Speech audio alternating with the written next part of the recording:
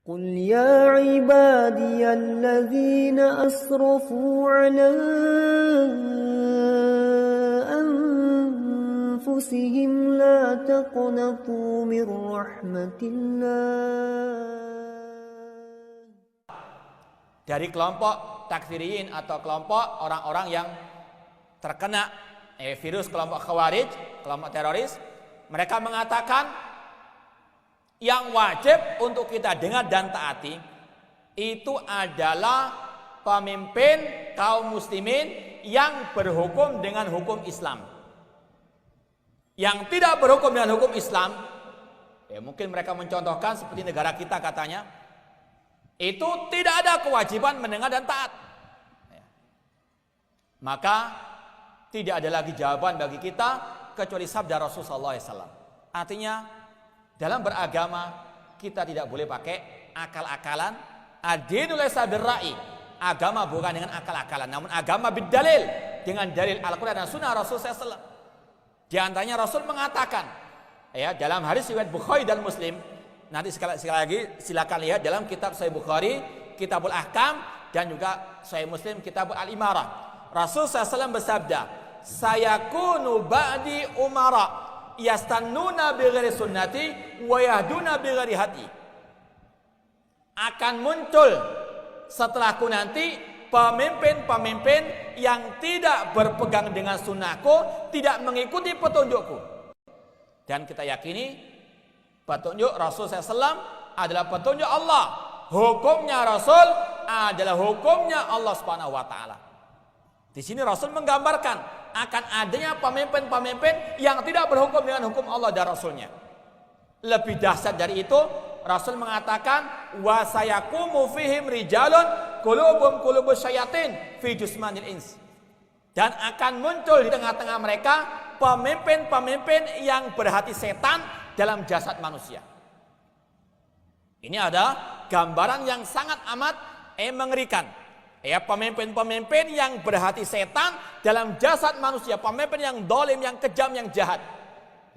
Seperti misalnya Hajjaj bin Yusuf. Pada zaman salaf dahulu ada pemimpin yang sangat dolim.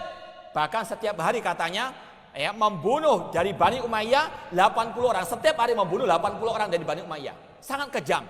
Bahkan tidak segan-segan ingin menghancurkan Ka'bah, membunuh para sahabat di Masjidil Haram yang tidak pernah dilakukan oleh kaum musyrikin jahiliyah.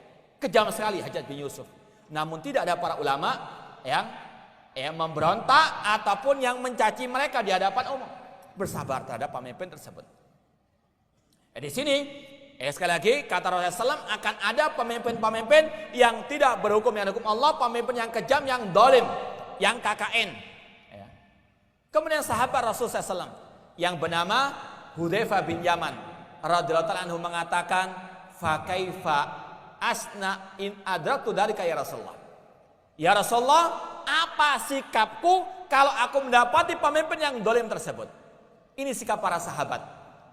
Ketika menghadapi permasalahan agama seperti ini, tidak langsung berkomentar, tidak langsung mengkritik, namun bertanya kepada ahlul ilmi, fas'alu ala dzikri in kuntum la ta'lamun. Jangan sok komentar, tanya kepada ahlul ilmi. Di situ pada zaman sahabat Rasulullah SAW sebagai maroji, sebagai tempat untuk mereka kembali kepada Rasul dalam masalah agama. Maka apa jawaban Rasulullah SAW? Apakah kaum muslimin disuruh memberontak, mendemonstrasi, mencaci maki, melaknat? Tidak. Namun Rasul mengatakan, istasma wa tuti. Tetap engkau mendengar dan taati pemimpin tersebut. Meskipun pemimpin itu tidak berhukum dengan hukum Allah, meskipun pemimpin tersebut zalim, kejam, jahat. Tasma wa tuti. Tetap engkau mendengar dan taati. Wa in duriba dhahruka. Meskipun punggungmu dipukul, wa ukhida maluka, meskipun hartamu dirampas. Rasul akhiri dengan tekanan lagi, isma' wa ati, dengar dan taati. Hadis riwayat Bukhari dan Muslim. Ini kalau kita masih mau menjadi pengikut Rasul SAW, meskipun rasanya pahit, namun wal akibatul muttaqin, akibat yang baik bagi yang bertakwa kepada Allah Subhanahu wa taala. Kalau kita ikuti perasaan, ikuti hawa nafsu, tidak akan pernah selesai masalah kepemimpinan. Ada pemimpin nggak cocok, pemimpin nggak cocok, nggak akan ada kecocokan. Namun harus kita tundukkan hawa nafsu dengan sabda Rasul SAW. Rasul mengatakan meskipun kita nggak suka pemimpin tersebut, isma wati, dengar dan taati. Meskipun pemimpin itu apa? Tidak berhukum dengan hukum Allah, tidak adil misalnya, tetap kita apa? Wajib mendengar dan taat kepada perintahnya dalam hal yang ma'ruf. Jadi tidak ada alasan apapun untuk kita tidak mengakui kepemimpinannya, atau tidak ada alasan pun ya kita tidak mau mendengar dan taat kepada perintahnya selama dalam hal yang tidak bermaksiat kepada Allah dan Rasulnya Sallallahu Alaihi Wasallam.